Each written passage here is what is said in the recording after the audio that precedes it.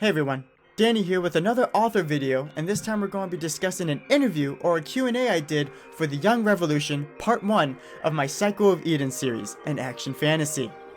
And this interview was done by the BookView review group, and I really enjoyed the questions they asked me about just the process as an author, the process of completing my debut novel of The Young Revolution, and I figured it'd be more interesting to answer them myself in video through audio to maybe provide even more context with the answers I gave them. So the first question was dealing with the unique genre the book found itself in, and that was the Cycle of Eden. The Young Revolution combined the elements of fantasy and science fiction. How did you decide to blend these two genres rather than sticking just to one or the other? And I answered, fantasy is a broad spectrum, but the genre can grow even larger when you mix the two into science fantasy. I decided to go down this track because instead of simply following the rules of either genre, I get to find the perfect middle ground to express my ideas. Science fantasy allows me to safely create bizarre and otherworldly rules for Eden, while at the same time making it feel more relatable by closely resembling our own world. The blending of spiritual power and technology is an idea seen in The Young Revolution, where a certain character attempts to break out from the cycle to pursue their own ambitions. Technology is a way for the people of Eden to take control of their own destiny instead of simply following the laws of light and darkness, the entities that created the cursed cycle. So, instead of only having fantasy aspects like dragons and magic, you get a more modern feel where airships and robotics serve as the bridge to fill these gaps. And honestly, they say, how did you decide to blend these two ideas in the question? I didn't decide to do this. A lot of times when it comes to creativity, artists, writers, anything of that sorts, things kind of just happen. Naturally, it just kind of just happens. I didn't expect to just, when I was making this, I did not expect it to be in the science fiction category until I was talking with my publishing group of Atmosphere and such. So this question was interesting to me just because that was not planned. It kind of just happened. And a good story writes itself. That's what I've learned throughout this process, where things kind of just fit and it feels natural and it feels genuine, right? So that's just another fun fact. This was not planned. It just happened. On to question 2. They asked, what or who were your inspirations for the character of Seth, the protagonist of The Young Revolution and a young and perhaps unlikely hero? And I answered, Seth's personality heavily aligns with my own morals and humor, but there are obviously parts of him that are far more exaggerated and interesting due to him being the main protagonist. And you see this a lot in character writing in all medias, video games, movies, shows, all of that, where many times characters are just exaggerated tropes of certain personality traits. Like you have the noble character, you have the silly character, you have the angry character. And you see that a lot so that they stand out amongst each other way easier than in the real world, where everyone's a lot more in a medium, you know? No one is as bombastic as they are in like this video, for example. For me, it's just like a persona to kind of let loose and be more engaging with you guys. And that's what all YouTube videos are, by the way, with all the people doing social media and such. It just keeps people engaged doing this. But for example, with Seth, like, he is way more outgoing than me in the real world. And he's, you know, we both have the same humor, but of course he's a lot younger than I am now. So he has a lot of silly questions or silly mannerisms that I may have done when I was younger, but not anymore. But that's what makes him his own character. There's a lot of things that make him his own character. But anyways, back to the question.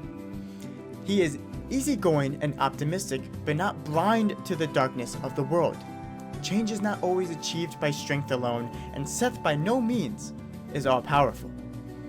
The Hand of Sin, the main villains of the Cycle of Eden, would tell you otherwise, but that is why Eden is as separated as it is in The Young Revolution.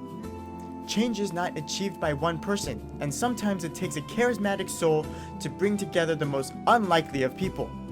Sometimes all we need to inspire change is a dream that brings hope to others around us. Throughout the series, I never wanted to portray Seth as the typical hero that simply saves the day because that is his destiny or purpose. Seth very much has to rely on others. Even from the very beginning of the book, he may be the main protagonist, but that doesn't mean he is better or more important than any of the other brave and talented souls he meets along his journey. He never could do this alone, and that is the point I make with his character. There is nothing wrong with getting help, because together, we as people can achieve anything, no matter who we are. And then I added a little bit more. An inspiration for his easygoing wannabe ladies man vibe was influenced by one of my favorite heroes, Zidane from Final Fantasy IX, which is my favorite Final Fantasy game. In terms of his weapon expertise with a rifle, his fighting style was inspired by a character named Magoichi Saika from the Samurai Warriors video game series, who also happens to share similar morals. His gun kata style of fighting, where he shoots his rifle at close range, moving off of pure instinct and intuition, was always such a cool idea to me. And it always has been. I always loved that type of style, basically like physically fighting with your gun. I always loved that. And Seth being a sniper, it's like you're supposed to stay far away, but the fact that you're using a ranged weapon up close always personally attracted me.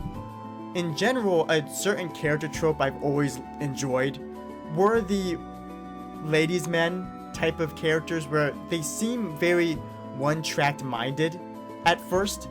Like they're just swooning over women or whatever. But the thing about these characters, as silly as they make themselves to be, and as charismatic as they are, a lot of the times these characters have a very deep side to them where they have this moral code or sense of honor that really makes you fall in love with them and respect them more than just being these silly side characters. I've always just enjoyed that personally. Question 3, they asked another character related question. Aside from Seth, do you have a favorite character in the book? And I answered, Chase. Seth's dog companion and best friend was my favorite character to write in the Young Revolution for many reasons. He is the greatest partner you could ask for when in combat or exploring, for his instincts and heightened senses will save your life. He and Seth are able to communicate, and the banter between these two is where lots of the humor comes in. His loyalty to his loved ones is very important to him, and this quality can most easily be learned and experienced through pets such as dogs. Throughout the series, I put myself in the mindset of a dog in many scenarios, serious or humorous, and dug deep on what exactly Chase would care most about. Describing in detail a dog's moral code and values, as well as how he would behave and speak, was easily one of my favorite parts to write. Most people don't really sit back and think about the cultural differences between humans and dogs, and there are many moments this is put into perspective in the Young Revolution. This especially will be a fun read for anyone who has ever owned or been around a dog. Fun fact, Chase is actually named after my own dog I had growing up, and his design in the novel very much matches my childhood dog as well. He and Valentina, who would be my close second favorite character for her intense action sequences, share some very wholesome moments I adore. After many struggles and personal grievances, they both are able to relate and learn from one another, even though they are different species. And this was a part, like those parts with Valentina and Chase especially, my editor from Atmosphere Press said those were like his favorite moments as well. And it's true, I adore those moments. Funny enough, I've grown to adore these more wholesome, peaceful moments out of everything else in the writing process, especially with my style in this series. Because throughout the series, there's so much action, there's so much going on, it's very fast-paced, that it's in these peaceful, wholesome, loving, and intimate moments that give not only me, but you guys as the readers, it gives us a break. And it not also for the characters. It gives the characters a break and all of us to just sit back and see how far they've come, and it gives them a moment to connect and develop. And those are the moments I love about storytelling the most, is seeing the growth. And I think you guys will too. Question 4 is yet another character related question, but from the opposite side of the spectrum. They asked, which character was most challenging to create and why? And I answered, Cain, one of the main antagonists in the Young Revolution, is a very complex character whose intentions are wild and illogical in this first book. There is a lot to unfold with him, and it was a fun challenge making sure this character's motives remain clear and consistent as more information was unlocked part to part. His actions in the past have impacted this cycle's entire history, and he also holds Eden's future in his grasp. Yet, underneath the madness and chaos he brought to the world, there is a plan he truly believes can save Eden. While writing him, I'm forced to pull out a dark side of myself to express emotions and describe actions that aren't particularly healthy to feel all the time. Getting into this dark zone is hard to find when life in general is going smooth, so I used the strategy of music a lot to bring out these complex thoughts. Using music as a tool to bring out any kind of emotion is a tip I'd give any writer stuck on a particular scene or who wants to push an idea further, including action scenes. And this is a strategy that I used quite often in my writing, especially when I drafted everything out. When you want to expound on a certain emotion, such as like a scene that's sad or melancholy or tragic, there's a lot of soundtracks out there on YouTube that you can just turn on and it puts you in that zone. For me at least, it puts me in that mood and atmosphere, and just certain keynotes on a piano or something can really just place you in that moment, and your brain kind of feeds that emotion to you, and you're able to just kind of make your readers feel it even more. And that's what I did for a lot of scenes, especially like the sad scenes, action scenes, any scene. Music is a very powerful tool to evoke even more emotion, because that's what music does. Even when musicians are creating music in movies or video games, that's what sometimes the music is the most important part to bring a scene to life, and that's the same type of feeling I was trying to bring to my writing. For example, in my author reading video of the Young Revolution's prologue, I actually included in that video music tracks in very specific sections of what I would be listening to in the writing process. So in very tragic or sad scenarios, the music that I had playing in that video is probably the type of music or what I was listening to when I was writing it, to convey and bring out those emotions in all of those scenes. So that's just an example of how I use music in my writing process. I also had a second part to this answer. Another character that made me have to triple check my consistency throughout this series was Vargas. In the Young Revolution especially, he is a man of many mysteries. Mysteries that you aren't supposed to understand until future parts. His complicated past on Eden, much like Cain, is vital to understanding its important history. I've gone to great lengths making sure these historic scenarios are concrete throughout each part. In the Young Revolution, I provided vague hints that first-time readers aren't supposed to truly understand until they read it a second time or finish the series. And Vargas provided this fun challenge for me in making sure I don't expose his secrets until the right time. And Vargas, because of him being so important to the history of this world, he's also allowed me to bring out so much of the world, to make it more unique, to make it stand out, to make it itself, you know. So for that reason, that's why Vargas is one of my favorite characters overall. Alright, with question 5, we are out of the character questions, and we're on to more author-oriented questions or style questions. And this question in particular, I answered it in detail, so I don't think I'll have much more to say after this. So let's see. They asked, The Young Revolution is chock full of action sequences and excitement. How do you go about writing an action sequence in a way that is dynamic without becoming confusing? And I answered, when it comes to combat, I've made it a point to make every single interaction fresh throughout the entire series. This is done through a variety of methods I used, whether that is a new weapon being acquired, an additional power-up, a new location such as a narrow hall or a wide open marketplace, or introducing new enemies with different abilities to tackle.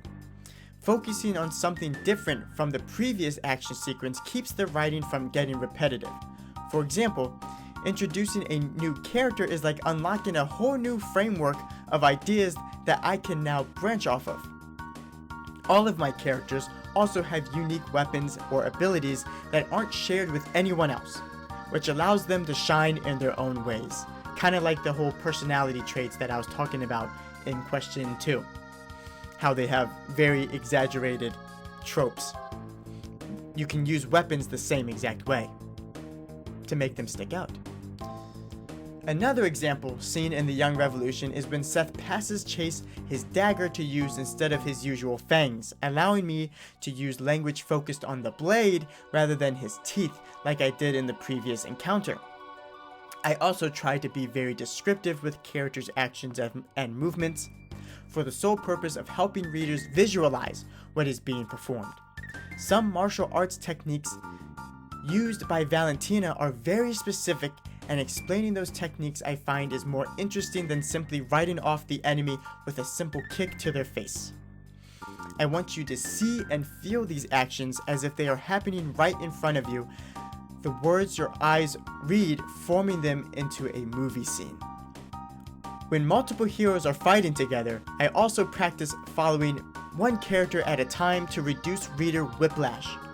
For example, instead of swapping sentence to sentence, I would dedicate a paragraph to Valentina describing everything she is doing with her fists, and then transition to Seth by having him save her with a well-placed bullet, a weapon Valentina does not use, drawing a clear contrast of characters.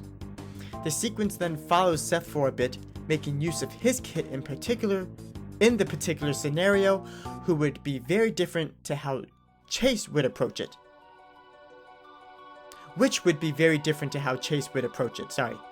Who I may switch to next to show his side. This process flows until a conclusion is reached, making each character show their unique usefulness for the situation at hand. So I think I pretty much explained it all there. That's my process for every single action sequences. I try to make sure everyone gets their time to shine in their own unique ways and their own unique approaches. And I think it works. Okay, question 6 is more of a author-related question, more just about me. They asked, your bio mentions that you've been interested in video games since you were young, and that you find inspiration in them. Do any of your inspirations for the Young Revolution come from video games? If so, can you tell us a little bit more about that? And I answered, like books or movies, video games are another way to convey stories to us that make us feel more involved through the process of controlling what is happening on the screen. In terms of fantasy or role-playing games, they put us in the shoes of heroes and or villains, connecting us to their worlds, which makes our actions in the story feel more personal and impactful. They are a safe form of escapism, and I wanted to bring that level of immersion and thought to my writing when I started working on the Young Revolution. And then I gave some examples. Final Fantasy, Metal Gear, and the Earthbound series, or Mother series, are a few heavy hitters that made me fall in love with storytelling. Final Fantasy has some character development masterpieces. Metal Gear makes you consider the gray areas found in our own world with intricate plot lines, and the journeys accomplished in Mother bring out true emotions from the players. And then I talked about originality as a concept. Originality is a concept today that is put on an unreachable pedestal. However, classic games like the ones I mentioned above were all inspired by something else. Hironobu Sakaguchi, creator of Final Fantasy, has stated many times that many of those games are highly inspired by the original Star Wars movies. Hideo Kojima, creator of the Metal Gear series, also wears his inspirations on his sleeve and brought a cinema-like experience to the video game sphere. Kind of like what I'm doing, bringing video games to the book sphere.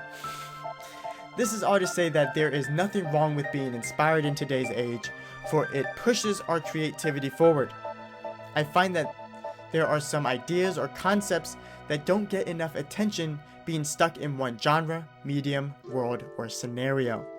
We as people have built off one another and created life-changing things for centuries, and that same idea applies for creativity. There are brilliant ideas that are so awesome that could become even better when explored further and branched out in different ways. And this answer is in relation to something I put in the back in the acknowledgments of my book, just so you have context. Here it is. I say, in a time where originality is put on an unreachable pedestal, it is important to remember that there is not a single person in this world that is exactly like you. You are the only you, therefore you are original, and no one can take that away from what you create. And that goes for anybody who's just struggling with that kind of idea in their heads when they feel like they can't do anything new because everything's already been done. And that goes for artists, even just people who draw, who paint, writers, musicians, anybody in that way. And that's just my take on it. That's just how I feel. Other media such as movies, manga, and anime were highly influential for my creativity as well. I've had the Young Revolution be described as a space opera, a term that I've heard used for Star Wars, which is a classic example of blending fantasy and science fiction. Star Wars blends the spiritual ideologies such as the Force with spaceships and aliens similar to how the light and darkness influence my Cycle of Eden series. Dragon Ball's fast-paced action sequences left quite an impression on me, along with the humorous dialogue and comfort of making bizarre rules found only in Eden's world. So, to be quite honest, a lot of my inspiration came from other media and not really books. I did read some books when I was younger, which is in the next question, I believe. But a lot of it came from video games and movies and such. When I was a kid, for example, like me and a childhood friend of mine, we would just make up scenarios. And even when this book came out, they told me, like, this reminds me of back when we were kids, when we would just be running in the forest in their backyard, coming up with bizarre scenarios with just nothing but sticks in our hands, and these sticks were weapons. And we created this whole fantasy world in our minds, and even that helps with just being creative in general, creating these worlds. It helped with creating this book in the long run, you know, just those kinds of thoughts, even as kids, really influence us. The things we see, the things we do, all of it. Alright, question 7 is an easy one. They asked, what authors do you like to read? What book or books have had a strong influence on you or your writing? I answered, Rick Riordan, author of the Percy Jackson and the Olympian series, is still one of my favorite book series from when I was younger. Much like how I blend science fiction and fantasy, he too mixed mythology with the modern world, directly relating it to famous real-world monuments and locations. His characters' dialogue was also relatable and authentic, a trait I strive to capture for my own characters. And I've said this before in another video, I think it was the introduction to the Cycle of Eden video, where dialogue is, to me, the part of writing that makes every single author stand out from the other. Just the way these characters speak, the way they talk to one another, that's a very personal trait. So dialogue's very important, especially in my book, the way they speak, the humor side of things. A lot of sarcasm in it. And then the second author I said was Chris Wooding, author of the Broken Sky series, has been an author I've been recently indulging in. He describes his Broken Sky series as an action fantasy, much like I do for the Cycle of Eden, and I find that our writing styles in that regard are very similar. What I find to be most powerful with his writing, though, is his world building, making the reader feel immersed, like everything in that world is normal and second nature. I would highly recommend the Broken Sky series. It's an older series that was made in like 1999 at first. I'm still reading it today as this video is being made. I highly enjoy it. It's a really good series. And now we're here at the final question of the interview, and it's more about looking forward. And they asked, The Young Revolution is the first installment in the Cycle of Eden series. What have you learned from writing and publishing this book that you will take into the process of writing the next book in this series? And I answered, and something you guys already know, all 4 parts of the Cycle of Eden are already completed, but I have still been reading through them over and over again to make sure every little detail makes sense from beginning to end. However, something that became very clear to me after The Young Revolution was printed was the length. Books with a high page count can be understandably daunting, so I separated the novels into 4 parts instead of 3. I've also become aware of the length of my chapters and made an effort to add more in the next parts. And what I mean by that is, my chapters were longer because of the pacing. I felt like certain sections in the chapters incorporate an entire moment or section. So I would keep them all in these big chapters, but something I've been looking into, especially after reading like the Broken Sky series, for example, I've wanted to add more segments into it to help with the pacing or to help with the process of just reading these books, because sometimes it's like you don't want to stop in the middle of a chapter, but so I've made it I've put more effort in adding more chapters in these next parts coming. Another thing I learned, or a tip I would give aspiring writers, is patience is key. Making sure you are prepared will help so much in the long run. Before I even submitted The Young Revolution to Atmosphere Press, I had written all 4 parts of the series. Keeping a draft document for character design and key features is also a good strategy to stay organized. Later on in the process of publishing The Young Revolution, I also put together a timeline in relation to Eden, and this has helped me formulate the history even better and provided me with even more details to enhance the story for you all. And then the last thing I said, recently, in order to make the world of Eden feel more concrete, I've been organizing thoughts about alternate paths or what-if scenarios. These are related to all the choices the characters could make, but not the ones that are chosen in the Golden Path, aka the actual storyline. For example, what if Seth accepted to join Cain on the airship escaping Haven at the beginning of the Young Revolution? These outside-the-box thoughts are not only fun to think about, but also help dig deeper into the characters' motives and goals in the main storyline.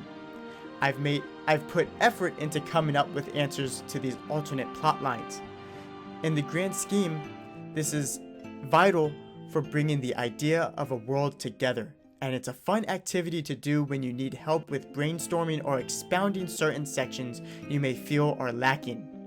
This hobby takes dedication, so another method I used to make sure my writing was consistent was reading separate parts at the same time, such as reading part 1 while also reading part 4. A good story writes itself, and the most fun part of writing for me was connecting those dots that strengthened Eden's history to make it feel alive.